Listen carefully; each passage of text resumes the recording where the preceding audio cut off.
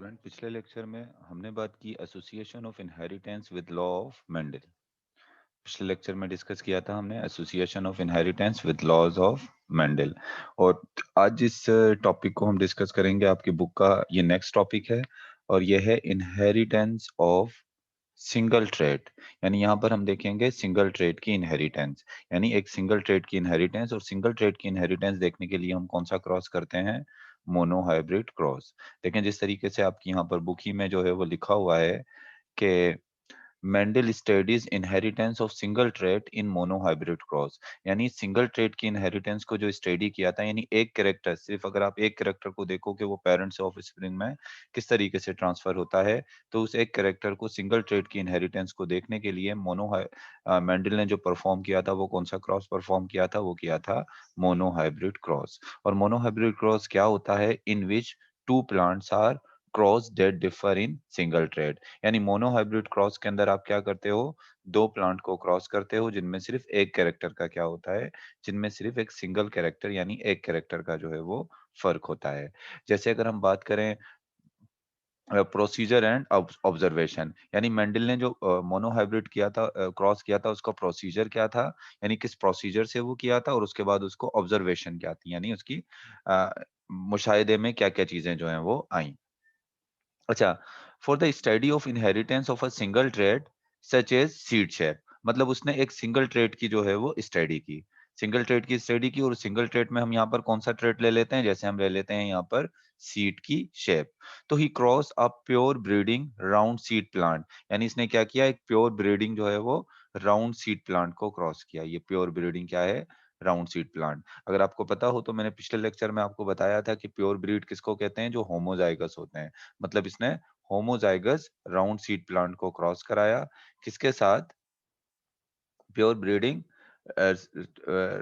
Pure breeding round seed plant को इसने cross कराया with a pure breeding wrinkled seed plant. एक pure breeding wrinkled seed plant से cross कराया। In such hybridisation experiment हम किसको कहते हैं? जब दो डिफरेंट कैरेक्टर को हम क्रॉस कराते हैं, तो ये कौन सा एक्सपेरिमेंट? इसको हम क्या कहते हैं? इसको हम कहते हैं हाइब्रिडाइजेशन एक्सपेरिमेंट। यानी एक हाइब्रिड आपने यहाँ पर प्रोड्यूस करना है। ही observe that in F1 generation को हम क्या कहते हैं? फर्स्ट फीलियल जनरेशन भी कहते हैं। He observe that in F1 generation was comprised entirely of individual exhibiting only one of the parental phenotype। यानी अगर आप इनको क्रॉस कराओगे तो आपने इस तरीके से सबसे पहले गैमेट्स बना लेंगे। आपको पता है गैमेट बनने के दौरान ये अलील एक दूसरे से क्या हो जाते हैं? सेपरेट हो जाते हैं, और ये इसमें दो सेम टाइप के जो हैं वो गैमेट बनेंगे। और फिर जब ये आपस में मिलेंगे, तो मिलने के बाद ये F1 जनरेशन के अंदर जो प्लांट्स आए, वो तमाम के तमाम का फिनोटाइप जो है वो किससे मिलता था? अपने एक पेरेंट से। यानी ये राउंड वाले पेरेंट से इसका ये फिनोटाइप मिलेगा। तो phenotype found around seed plant मिले यहाँ पर। However, when this generation was interbreed, यानी इस जनरेशन को जब आप इंटरब्रीड करोगे, यानी इसी को F1 जनरेशन को जब आप इंटरब्रीड करोगे, यानी कैपिटल आर स्मॉल आर और कैपिटल आर स्मॉल आर, जब आप इनको इंटरब्रीड करोगे और जब आप इनको इंटरब्रीड करते हो, इस मतलब इनकी सेल्फ फर्टिलाइजेशन करते हो, it's offspring the F2 second filial जो जनरेशन होती है F2 जनरेशन, उसमें 3:1 के साथ आ जाएँगे। ये हम पहले भी कर चुके हैं। आप इसका गैमेट बना लेंगे और आप इसको जो है वो गैमेट बना के पिनेट स्क्वायर के ज़रिए आप यहाँ पर क्रॉस करा लेते हैं इसका। ये आपको पता होगा किस तरीके से क्रॉस कराएँगे, पिछले लेक्चर में कई बार डिस्कस कर चुके हैं। तो यहाँ पर 3 राउंड आ जाएँगे और एक कैसा आ जाएगा? रिंकल्ड। यानी F2 जनरेशन के अंदर जो है ये जो राउंड और रिंकल्ड कैरेक्टर हैं वो 3:1 के साथ क्या हो जाएँगे? अपीयर हो जाएँगे। 3 individual of the same trait as F1, यानी 3 इंडिविजुअल का ट्रेट बिल्कुल सेम है जैसे कैसे थे? F1 थे। क्योंकि F1 भी जो है वो क्या थे? F1 राउंड थे। तो 3 जो इंडिविजुअल्स हैं, 3 जो उसमें से जो है वो क्या होंगे? वो उनका जो ट्रेट मिलेगा वो किसका से मिलेगा? F1 राउंड सीड प्लांट से। और 1 इंडिविजुअल जो होगा उसका फिनोटाइप जो है वो uh, failed to inherit in F1 generation. और वो एक जो होगा, ये वाला जो फिनोटाइप जो रिंकल्ड है, ये फेल हो गया था किसमें? F1 जनरेशन में। यानी F1 जनरेशन में ये एक्सप्रेस नहीं हुआ था। रिंकल्ड कैरेक्टर F1 जनरेशन में एक्सप्रेस नहीं हो सका था, लेकिन F2 जनरेशन में क्या हो गया? ये एक्सप्रेस होकर आ गया।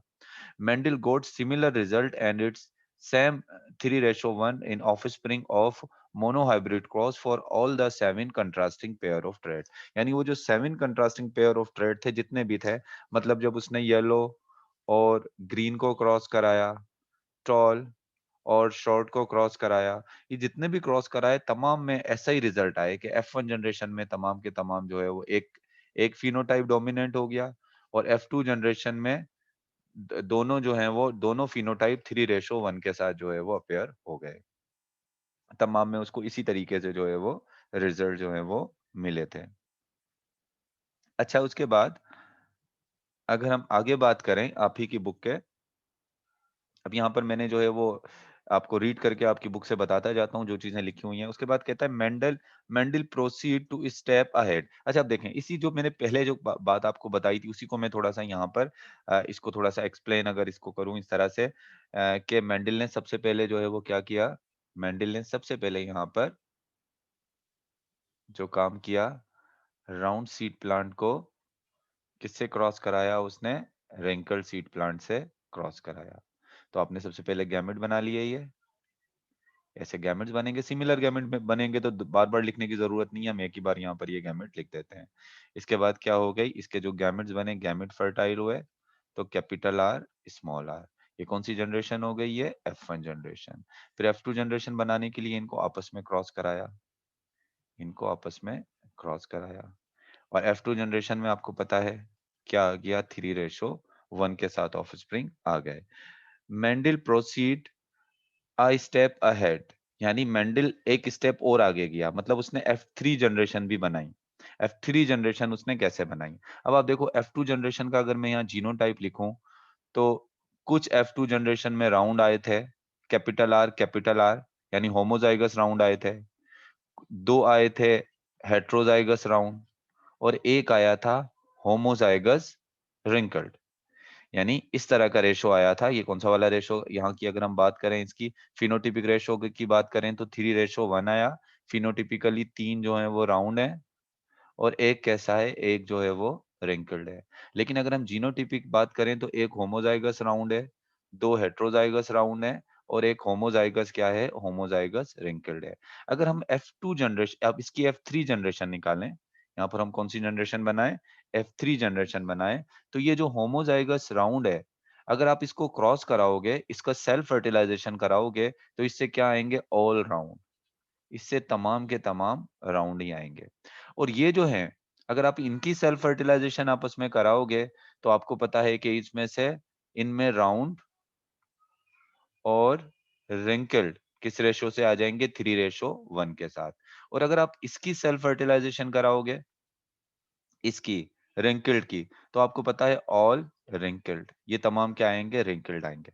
आपको पता है कि प्योर ब्रीड या ट्रू ब्रीडिंग प्लांट्स किसको कहते हैं, जब उनकी सेल्फ फर्टिलाइजेशन कराएं और उन्हीं जैसे फिनोटाइप आ जाएं तमाम के तमाम, तो वो क्या होंगे, वो ट्रू ब्रीडिंग होंगे। तो देखो यही बात आगे जो आपकी जो बुक के अंदर जो पैराग्राफ आगे लिखा हुआ है, पेज नंबर 173 पर, ये जो पहला पहला पैराग्राफ है, इसमें यही बात कह रहा है कि Mendel proceed a step ahead, यानी मेंडल ने एक स्टेप आगे मजीद गया, मतलब F1 जनरेशन पहले तो निकाली, उसके बाद F2, और उसके बाद फिर अहेड मतलब उसने F3 जनरेशन पर भी निकाली। He observed that one of three of F2 round produce only round, यानी out of three, one of three, यानी इसमें से अगर इसकी बात करें one of three, ये जो three है, थ्री में से ये जो वन है, one one out of three produce all round, यानी उसने तमाम के तमाम ऑफस्प्रिंग कैसे प्रोड्यूस किए, राउंड प्रोड्यूस किए। तो इसका मतलब वो क्या था, वो होमोजाइगस राउंड था। उसके बाद कहता है while two out of three of F2 generation round produce both round and wrinkled, और ये जो दो हैं, ये जो दो हैं, इन्होंने क्या किया, जब आपने इनका सेल्फ फर्टिलाइजेशन कराई तो इन्होंने दोनों प्रोड्यूस किए, राउंड और wrinkled।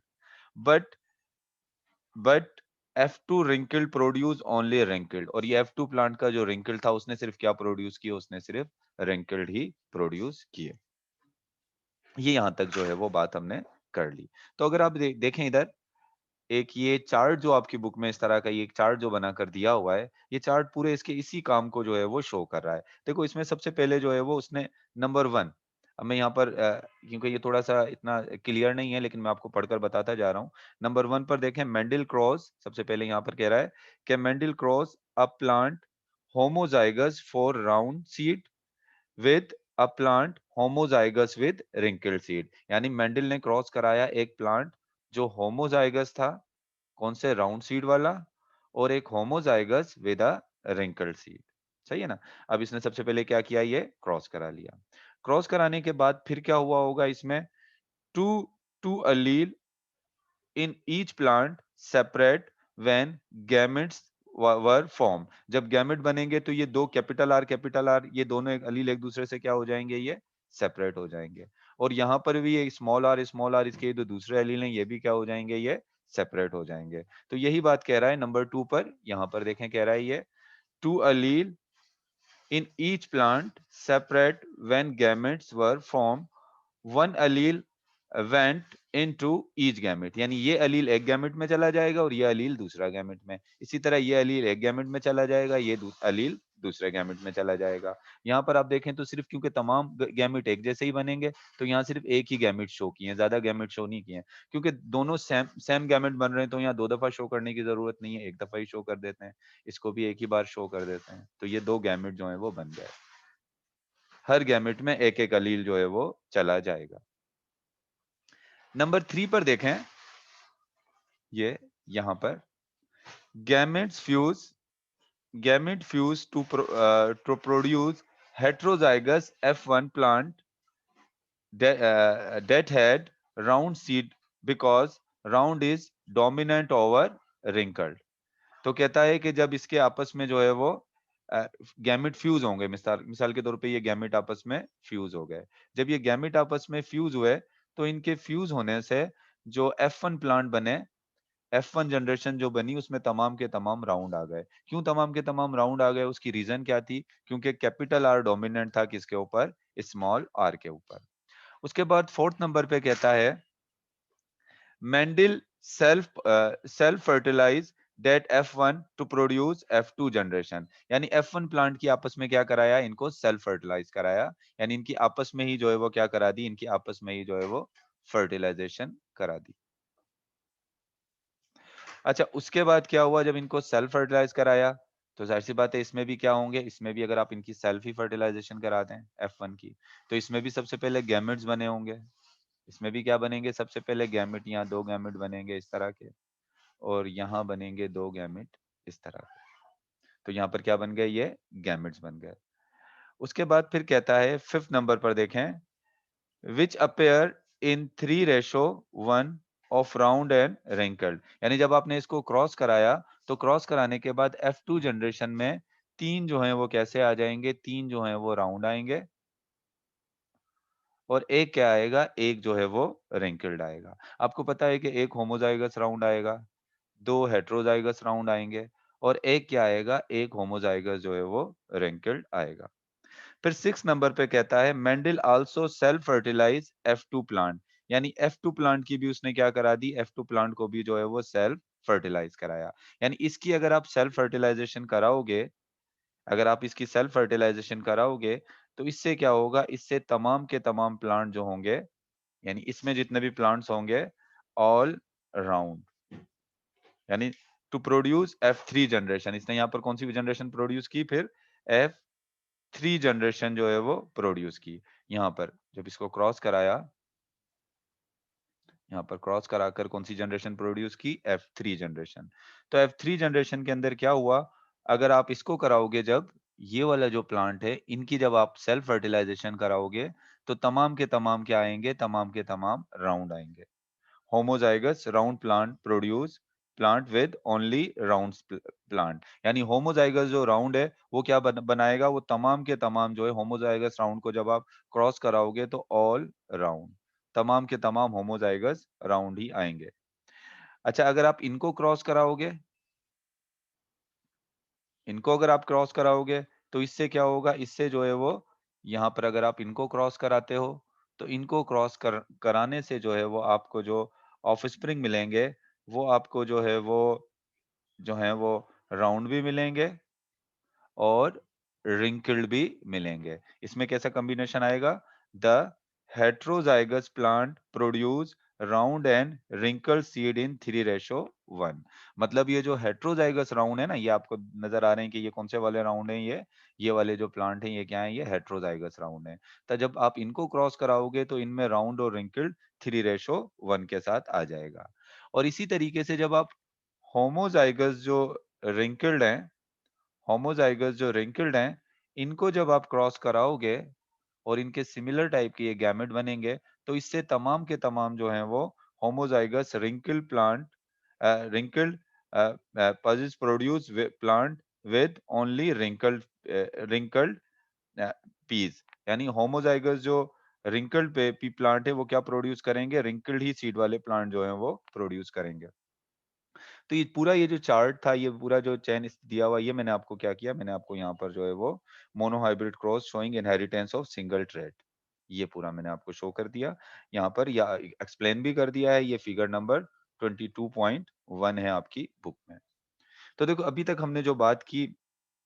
हमने बात की उसके प्रोसीजर और ऑब्जर्वेशन। प्रोसीजर अभी आपने पूरा ये प्रोसीजर देख लिया कि सबसे पहले पहले प्रोसीजर में उसने क्या किया, नंबर 1 पर जो है वो उसने होमोजाइगस राउंड प्लांट को होमोजाइगस रिंकल्ड प्लांट से क्या है, क्रॉस कराया।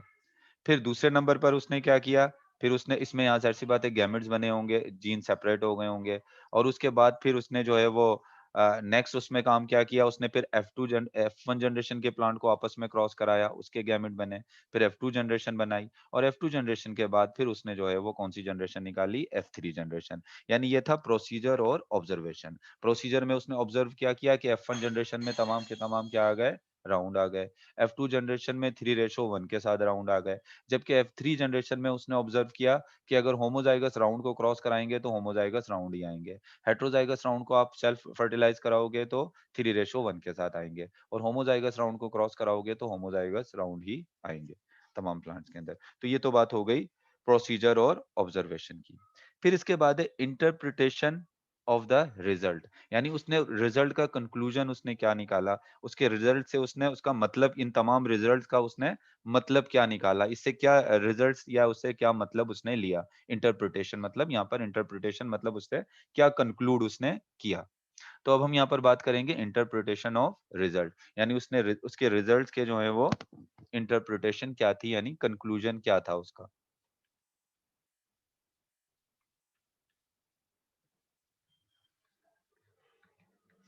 Of results. तो कहता है based upon these observation Mendel conclude that each contrasting form phenotype of a trait, if for example roundness or wrinkledness of seed was determined by particular heredity factor which are called elementins, now called gene. तो Mendel ने जो है वो conclude किया कि Mendel ने conclude किया कि जितने भी जो है वो कंट्रास्टिंग कैरेक्टर्स हैं या उसकी जो फिनोटाइप है, मिसाल के तौर पे राउंड या रिंकल्ड, जैसे ये राउंड एक फिनोटाइप है ना, प्लांट कैसे नजर आ रहा है राउंड, और इसके सीड कैसे नजर आ रहे हैं ये रिंकल्ड। ये जो कंट्रास्टिंग फिनोटाइप हैं, इनको डिटरमिन कौन करता है, इनको डिटरमिन करते हैं पर्टिकुलरली हेरिडिटी फैक्टर। मतलब इसको जो डिटरमिन करते हैं, इसकी कंक्लूजन में क्या था कि सिंपली अगर हम बात करें तो मेंडल ने कहा था कि फिनोटाइप जो है वो उसको डिटरमिन कौन करता है, by particular hereditary factors which he called elementins।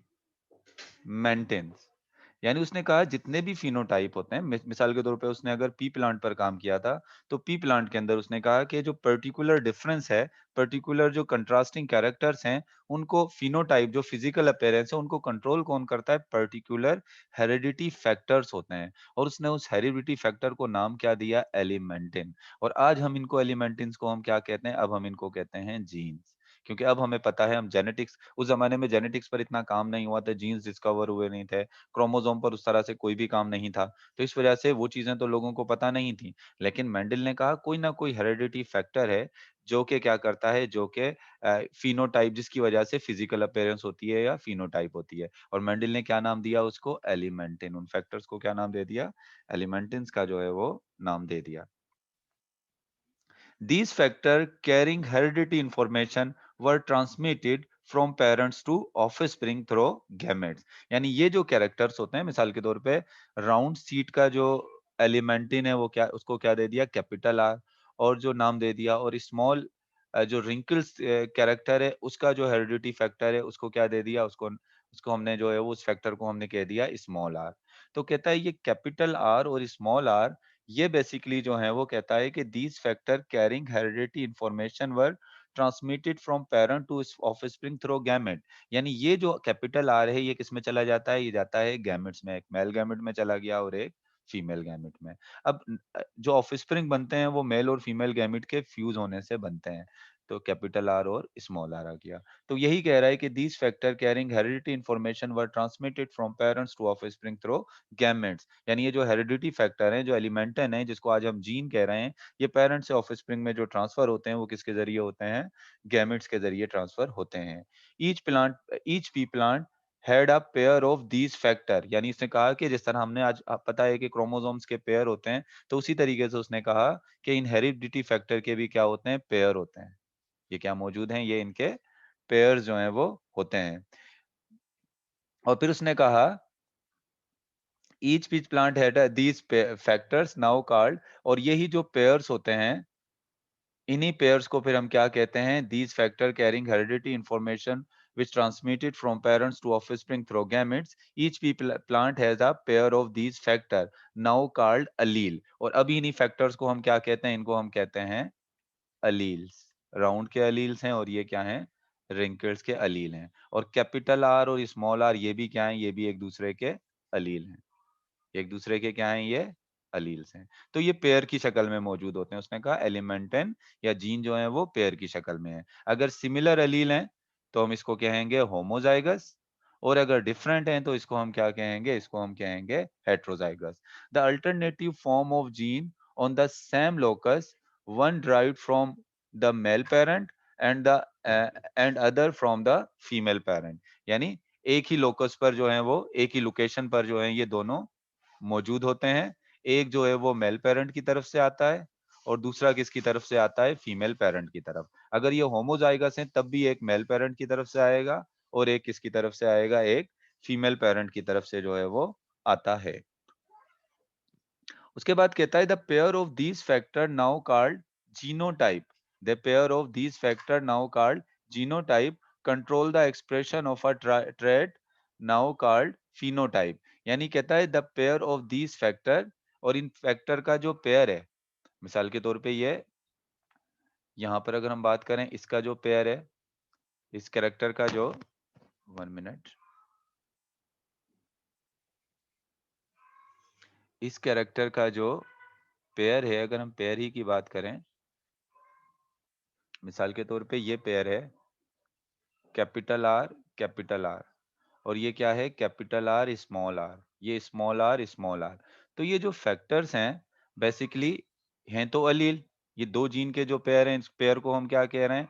इस पेयर के जो जीन्स हैं इनको तो हम अलील कह रहे हैं, लेकिन ये पूरा का पूरा जो पेयर है ये क्या कहला रहा है? ये कहला रहा है जीनोटाइप। ये इसका जेनेटिक मेकअप है। ये क्या है? ये है जीनोटाइप। पहले इसको जो है पेयर कहते थे, लेकिन अब क्या कह रहे हैं? जो मिसाल के तौर पे देखें आपकी बुक में किस तरह लिखा हुआ है, the pair of these factor now called genotype. पहले कहा जाता था इसको पेयर, फैक्टर्स के क्या? पेयर, यानी अलील का पेयर। पहले इसको कहा जाता था अलील का पेयर, लेकिन अब इसको क्या कहते हैं? अब इसको हम कहते हैं फिनोटाइप। यानी मेंडल ने जो कहा था वो कहा था एलिमेंटन या अलील का जो है वो पेयर। और जो है क्या कहते हैं, आज जो हम इसको कहते हैं, इसको हम जीनोटाइप कहते हैं। और control the expression of a trait, और इससे क्या होता है? एक ट्रेड बनता है। इससे क्या कंट्रोल होता है? एक ट्रेड। मिसाल के तौर पे कैपिटल आर का जो ट्रेट है वो क्या है? वो है राउंड। इसकी वजह से सीट शेप कैसी हो जाएगी? राउंड। और ये कैपिटल आर जो है ये भी जो ट्रेट कंट्रोल करेगा, इससे भी सीट शेप कैसी हो जाएगी? इससे भी सीड शेप होगी राउंड, जबकि इससे जो सीड शेप होगी इसका ट्रेड जो है वो क्या होगा, वो होगा रिंकल्ड। मतलब कहने का मतलब ये है कि ये जो आपको जीन के पेयर नजर आ रहे हैं इसको हम जीनोटाइप कहेंगे, और ये जिस ट्रेड को कंट्रोल करते हैं उस ट्रेड को हम क्या कहेंगे, उसको हम कहेंगे फिनोटाइप। मतलब genotype is a genetic makeup और phenotype is a physical appearance of a trait. उसके बाद कहता है he designated the term dominant to a factor that was expressed in F1 generation। यानी F1 जनरेशन में मिसाल के तौर पे कैपिटल आर और स्मॉल आर आ गया, तो F1 जनरेशन के अंदर जो ट्रेड, जो कैरेक्टर अपेयर हुआ उसको उसने नाम क्या दे दिया, उसने उसको नाम दे दिया डोमिनेंट का। To the factor expressed in F1 while the factor that was failed to express is termed as recessive। और वो फैक्टर जो F1 जनरेशन में एक्सप्रेस नहीं हो सका उसको नाम क्या दिया, उसको नाम दे दिया रेसेसिव का। जैसे ये F1 जनरेशन है तो इसमें कैपिटल आर जो है वो डोमिनेंट हो गया और स्मॉल आर जो है ये क्या हो गया, रेसेसिव हो गया। रेसेसिव को हम स्मॉल लेटर से शो करते हैं और डोमिनेंट को हम कैपिटल लेटर से शो करते हैं। उसके बाद कहता है for example these factors are represented by alphabetical symbol. इसको हम किससे रिप्रेजेंट करते हैं, अल्फाबेटिकल सिंबल से। The dominant factor represented by capital case letter यानी कैपिटल आर से, और जबकि and the recessive factor by small case letter यानी स्मॉल आर से जो है वो क्या किया जाएगा, रिप्रेजेंट किया जाएगा। The true breeding round seed plant of F1 generation carried capital R, यानी ट्रू ब्रीडिंग जो राउंड सीड प्लांट है F1 जनरेशन में उसमें कैपिटल आर होगा। Whereas the true breeding wrinkled seed plant of parental generation, यानी sorry यहाँ पर ये पेरेंटल जनरेशन जो सबसे पहले क्रॉस कराया था उसको हम पेरेंटल जनरेशन कह रहे हैं। तो उसने कहा वो जो पेरेंटल जनरेशन थे उसमें the true breeding round seed plant of P1 और parental generation is capital R while the true breeding wrinkled seed plant of P1 या means parental generation were small r. When both the allele of a gene pair are same, the organism is said to be homozygous। यानी अगर दोनों अलील एक gene pair के same है तो organism को आप क्या कहोगे, ऑर्गेनिज्म को हमको कहेंगे होमोजाइगस। और उसके साथ ही कहता है an individual with homozygous genotype is called homozygous, homozygote. और ये जो इंडिविजुअल है मिसाल के तौर पे ये एक प्लांट है, इसके पास होमोजाइगस जीनोटाइप है, तो इस प्लांट को हम क्या कहेंगे, इस प्लांट को हम कहेंगे होमोजाइगोट। और इस कंडीशन को क्या कहेंगे, इसको हम कहेंगे होमोजाइगस। इसी तरीके से कहता है आगे,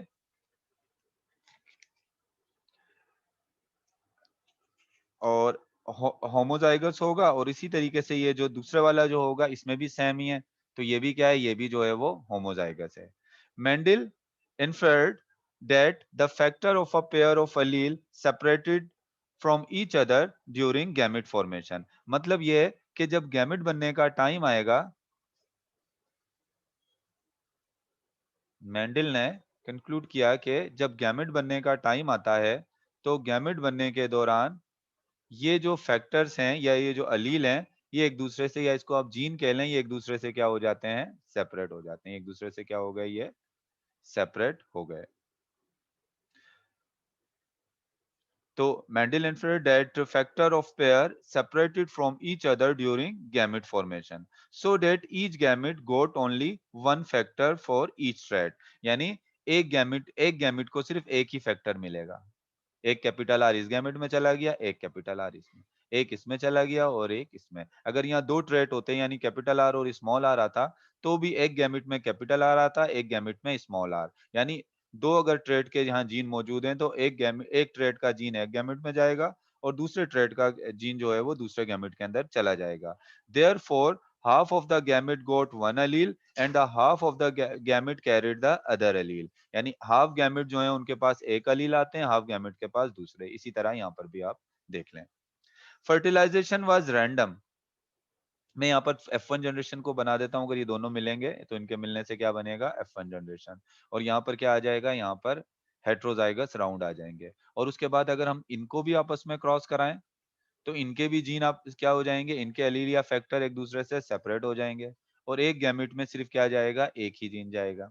उसके बाद फिर कहता है कि इसके बाद fertilization random when male gamete carrying factor R fertilized with female gamete with factor R, the complete set of two factor is R R, मतलब कहता है जब ये मेल गैमिट कैपिटल आर वाला ये स्मॉल आर से मिलता है तो जो ऑफस्प्रिंग जो बनेगा वो कैसे बनेंगे, वो कैपिटल आर और स्मॉल आर वाले जो है वो बनेंगे।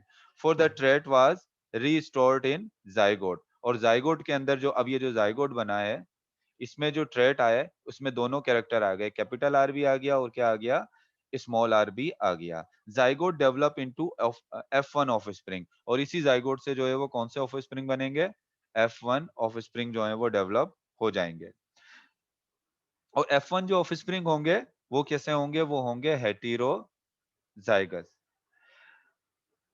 Heterozygous capital R because the two allele of its gene pair were different from each other। क्योंकि आप देखें इसके जीन के पेयर एक दूसरे से डिफरेंट हैं, तो इसको हम क्या कहेंगे, इसको इस पेयर को हम कहेंगे हेट्रोजाइगस। ये जो जीनोटाइप है, ये जीनोटाइप क्या कहलाएगा, ये कहलाएगा heterozygous. Because the two allele of its gene pair were different from each other. An individual with heterozygous genotype is called heterozygote। यानी ऐसा इंडिविजुअल, ऐसा प्लांट जिसके पास मिसाल के तौर पे ये एक प्लांट है और इसके पास ये हेट्रोजाइगस जीन है, तो ऐसे प्लांट को हम क्या कहेंगे, हेट्रोजाइगोट कहेंगे। उसके बाद कहता है कि F1 offspring capital R small R was a monohybrid for seed shape. यानी कैपिटल आर और स्मॉल आर जो है ये मोनोहाइब्रिड हैं, किसके, सीड शेप के। क्योंकि यहाँ पर आपको सिर्फ एक ही हाइब्रिड नजर आ रहा है और वो हाइब्रिड किस चीज का है, सीड के शेप का हाइब्रिड है। यानी सीड की शेप यहाँ पर हाइब्रिड नहीं है, क्योंकि दोनों जीन एक जैसे हैं, इसको भी आप हाइब्रिड नहीं कहोगे, दोनों जीन एक जैसे हैं। लेकिन यहाँ पर जीन डिफरेंट है, तो जब जीन डिफरेंट होते हैं तो इसको हम क्या कहेंगे, हाइब्रिड। क्योंकि यहाँ पर एक ही कैरेक्टर है तो इस वजह से इसको हम क्या कहेंगे, इसको हम मोनोहाइब्रिड कहेंगे। It was round in phenotype, यानी मोनोहाइब्रिड जो है वो फिनोटिपिकली कैसा पेयर होगा, ये राउंड अपेयर होगा। बट हेट्रोजाइगस होगा तो राउंड, लेकिन कैसा होगा, ये हेट्रोजाइगस होगा इन जीनोटाइप।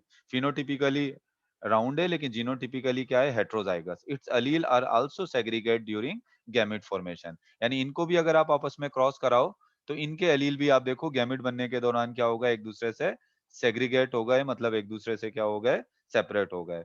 पिनेट स्क्वायर इंडिकेट, मतलब इसका अगर आप पिनेट स्क्वायर बना लो ऐसे, यहाँ पर कैपिटल आर स्मॉल आर रख दो, यहाँ पर कैपिटल आर और स्मॉल आर रख दो, फिर इनका आप इसमें क्रॉस करा दें, ये फर्टिलाइजेशन करा दें, capital R capital R, capital R small R, फिर कैपिटल आर स्मॉल आर, फिर स्मॉल आर। मैं बहुत जल्दी में लेके जा रहा हूँ ये तमाम चीजें, क्योंकि यहाँ पर सिर्फ मैं आपकी ये बुक ही रीड कर रहा हूँ, इसके अलावा मैं कुछ भी नहीं कर रहा हूँ, क्योंकि ये तमाम चीजें मैं पहले आपको समझा चुका हूँ। अब मैं सिर्फ आपके बुक के जो सेंटेंसेज हैं, बुक का जो पैराग्राफ लिखा हुआ है, सिर्फ उसको एक्सप्लेन कर रहा हूँ यहाँ पर, सही है ना। तो कहता है आपका इस बुक का जो है वो इस टॉपिक का जो लास्ट पैराग्राफ है पेज नंबर 174 पर, इस टॉपिक का जो है मैं लास्ट पैराग्राफ यहाँ पर रीड कर रहा हूँ।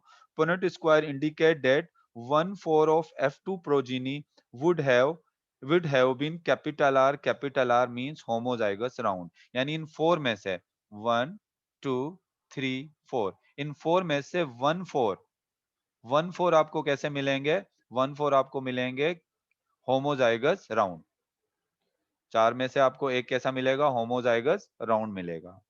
इसके अलावा 1/4, इसके अलावा दूसरा जो है वो नेक्स्ट अगर आप देखें तो आपको 2 जो फोर्थ हैं वो क्या मिल रहे हैं, वो मिल रहे हैं हेट्रोजाइगस राउंड। यानी एक हेट्रोजाइगस राउंड ये है और दूसरा हेट्रोजाइगस राउंड ये हो गए। मतलब आप इनको जो है अगर इस तरह से कर लो 1/4 1/4, तो ये कितने हो जाएंगे, 2/4। तो 2/4 आपको कैसे मिल रहे हैं, 2/4 आपको मिल रहे हैं हेट्रोजाइगस राउंड, एक ये और एक ये।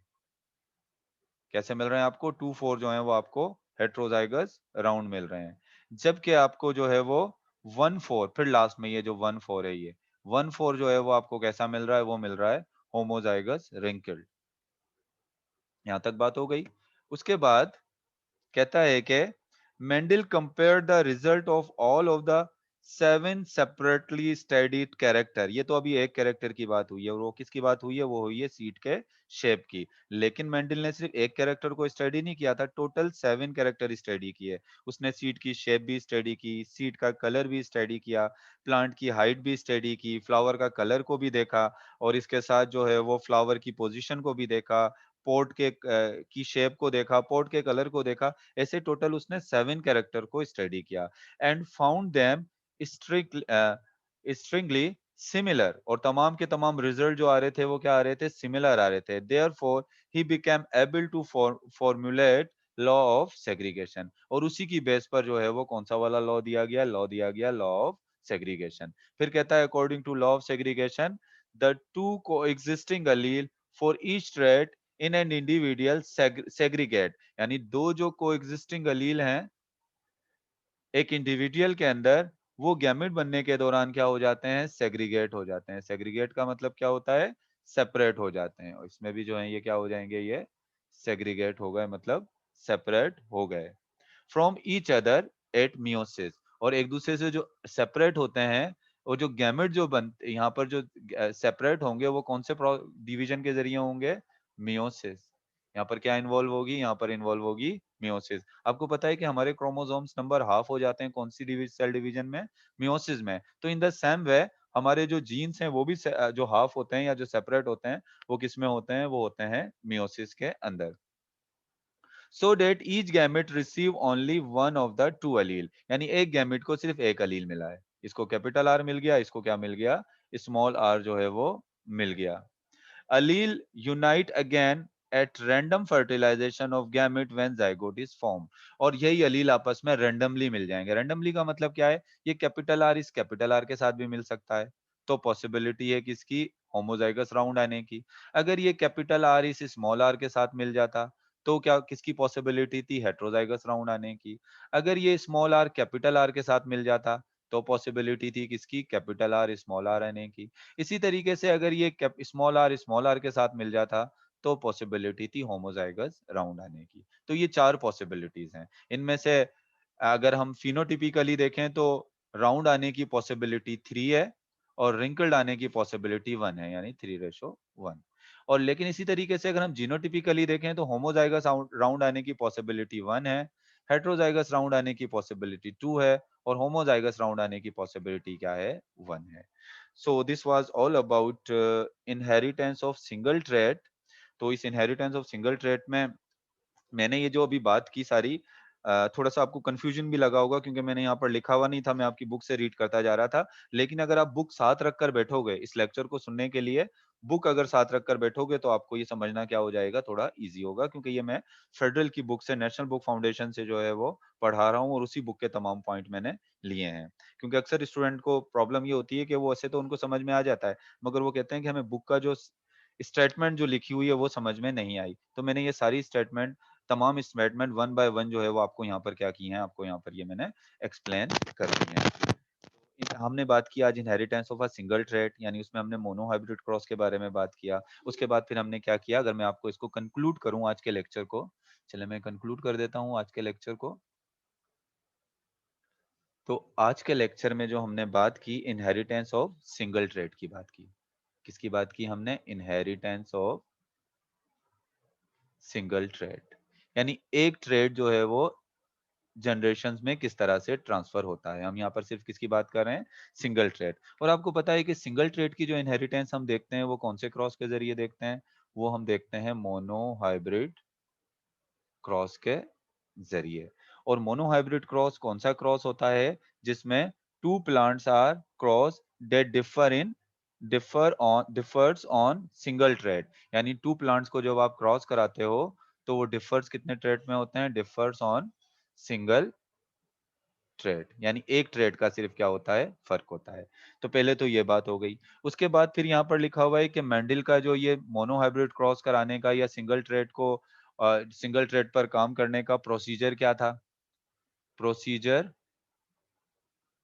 And observation, procedure and observation.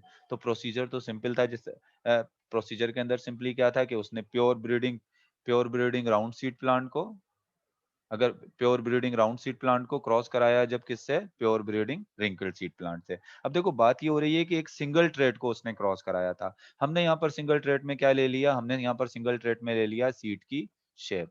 लेकिन सिर्फ ये बात याद रखिएगा, उसने सिर्फ सीड की शेप को ही नहीं लिया था, सीड के कलर को भी, फिर उसके बाद हाइट को भी। हम एक ही एट अ टाइम हम एक ही कैरेक्टर ले सकते हैं, तो हमने यहाँ पर बात कर ली सीड की शेप की। तो प्रोसीजर में उसने पहले प्रोसीजर में क्या किया, प्रोसीजर का पहला स्टेप क्या था, होमोजाइगस राउंड को होमोजाइगस रिंकल से जो है वो क्या कराया, क्रॉस कराया। जब होमोजाइगस राउंड को होमोजाइगस रिंकल से क्रॉस कराया, तो F1 जनरेशन में उसको तमाम के तमाम प्लांट कैसे मिल गए, तमाम के तमाम प्लांट राउंड मिले। उसको कैसे मिले, तमाम के तमाम प्लांट राउंड मिले। यानी उसकी जो ऑब्जर्वेशन थी, यहाँ पर ऑब्जर्वेशन में क्या आया, ऑब्जर्वेशन में ये आया, जब होमोजाइगस राउंड को होमोजाइगस रिंकल से क्रॉस कराते हैं तो F1 जनरेशन में तमाम राउंड मिलते हैं। फिर क्या किया इसने, होमोजाइगस राउंड को आपस में क्रॉस करा दिया। जब होमोजाइगस राउंड को आपस में क्रॉस कराया, तो उसने देखा उसमें जो है वो उसको 3 जो है वो राउंड मिल गए, 3 राउंड मिले और 1 रिंकल्ड मिला। तो उसकी ऑब्जर्वेशन में क्या आया कि जब आप F1 जनरेशन को सेल्फ फर्टिलाइज कराते हो, तो उसके बाद F2 जनरेशन में आपको राउंड और येलो 3:1 के साथ मिलते हैं। ये इसकी क्या हो गई, ये इसकी ऑब्जर्वेशन हो गई। फिर उसने फिर इसने मज़ीद F3 जनरेशन जब निकाली, तो F3 जनरेशन में कुछ राउंड प्लांट ऐसे थे कि उनको जब क्रॉस सेल्फ फर्टिलाइज करा रहे थे, तो उनसे तमाम के तमाम राउंड मिल रहे थे। कुछ F1 जनरेशन के प्लांट ऐसे थे जिनको क्रॉस करा रहे थे, तो तमाम के तमाम राउंड मिल रहे थे। कुछ ऐसे थे जब उनको क्रॉस करा रहे थे, तो कुछ राउंड मिल रहे थे और कुछ राउंड मिल रहे थे, 3 राउंड मिल रहे थे और 1 क्या मिल रहा था, रिंकल्ड के रेशो से मिल रहा था। और कुछ ऐसे थे जब उनको क्रॉस करा रहे थे, तो तमाम के तमाम क्या मिल रहे थे, तमाम के तमाम जो है वो उसमें मिल रहे थे रिंकल्ड। तो उसने फिर ऑब्जर्वेशन में क्या आया, ऑब्जर्वेशन में ये जब ऑब्जर्वेशन आई तो उसने कहा कि जिनको हम क्रॉस करा रहे हैं, जिससे हम क्या कहते हैं, ऑल राउंड जो प्रोड्यूस कर रहे हैं, इसका मतलब वो होमोजाइगस हैं, और जो राउंड और रिंकल प्रोड्यूस कर रहे हैं वो हेटेरोजाइगस हैं, और जो तमाम के तमाम रिंकल प्रोड्यूस कर रहे हैं वो होमोजाइगस राउंड ही हैं। तो ये उसका प्रोसीजर था और उसके साथ क्या थी, इसकी ऑब्जर्वेशन थी। और उसके बाद फिर उसने जो इंटरप्रिटेशन यानी इंटरप्रीट किया अपने रिजल्ट को, तो इंटरप्रीट उसने इस तरीके से किया कि ये जो जितने भी कैरेक्टर होते हैं कंट्रास्टिंग कैरेक्टर, जैसे ये राउंड और रिंकल्ड, ये क्या है, ये कंट्रास्टिंग कैरेक्टर हैं। तो उसने कहा इन कंट्रास्टिंग कैरेक्टर को कंट्रोल कर रहे होते हैं कौन, particular factor, heredity factor control कर रहे होते हैं, और उसने उन हेरिडिटी फैक्टर्स को नाम क्या दे दिया, उनको नाम दे दिया एलिमेंटिन का। क्या नाम दे दिया उनको, एलिमेंटिन का। और एलिमेंटिन को हम क्या कहते हैं, एलिमेंटिन को हम जीन कहते हैं। अगर किसी के अंदर ये सैम एलिमेंटिन हो, मतलब, और उसने फिर ये भी कहा कि एलिमेंटिन का जो पेयर होता है, मिसाल के तौर पे यहाँ पर आप देखें कैपिटल आर और स्मॉल आर का ये पेयर आ गया, ये जीन का पेयर। उस पेयर को हम क्या कहते हैं, इस पेयर को हम क्या कह रहे हैं, नॉर्मली इस पेयर में जो 2 जीन है, इन जीन्स को हम क्या कह रहे हैं, इन कंट्रास्टिंग अल्टरनेटिव फॉर्म जो एलिमेंटिन की है, उसको हम अलील कह रहे हैं। और अलील का जो पेयर है, इसको हम क्या कहते हैं, इसको हम कहते हैं जीनोटाइप। अगर एक जैसे अलील हैं, तो इसको हम कहेंगे होमोजाइगस जीनोटाइप। अगर डिफरेंट अलील हैं, तो इसको हम क्या कहेंगे, इसको हम कहेंगे हेटेरोजाइगस जीनोटाइप। उसने ये भी कंक्लूड किया है कि जब दो होमोजाइगस राउंड और होमोजाइगस रिंकल्ड को क्रॉस कराते हैं, तो एक कैरेक्टर अपीयर होता है, और जो कैरेक्टर F1 जनरेशन में अपीयर होता था, उसने उसको नाम दे दिया डोमिनेंट का, और जो अपीयर नहीं होता उसको नाम किसका दे दिया, उसको नाम दे दिया रेसेसिव का। और उसने एक और चीज कंक्लूड की कि जब अगर 2 डिफरेंट कैरेक्टर एक इंडिविजुअल में आ भी जाते हैं, तो गैमेट बनने के दौरान जो है ये जीन एक दूसरे से क्या हो जाते हैं, सेपरेट हो जाते हैं। और इसी की बेस पर, इस मोनोहाइब्रिड की बेस पर ही जब इसके जीन की जो सेपरेशन है, इसी को हम क्या कहते हैं, इसी को हम कहते हैं लॉ ऑफ सेग्रीगेशन। तो आज हमने बात कर ली सिंगल ट्रेट इनहेरिटेंस की। फिर नेक्स्ट लेक्चर में बात करेंगे इनहेरिटेंस ऑफ टू ट्रेट, जिसमें हम डाइहाइब्रिड क्रॉस को डिस्कस करेंगे अकॉर्डिंग टू फेडरल बुक।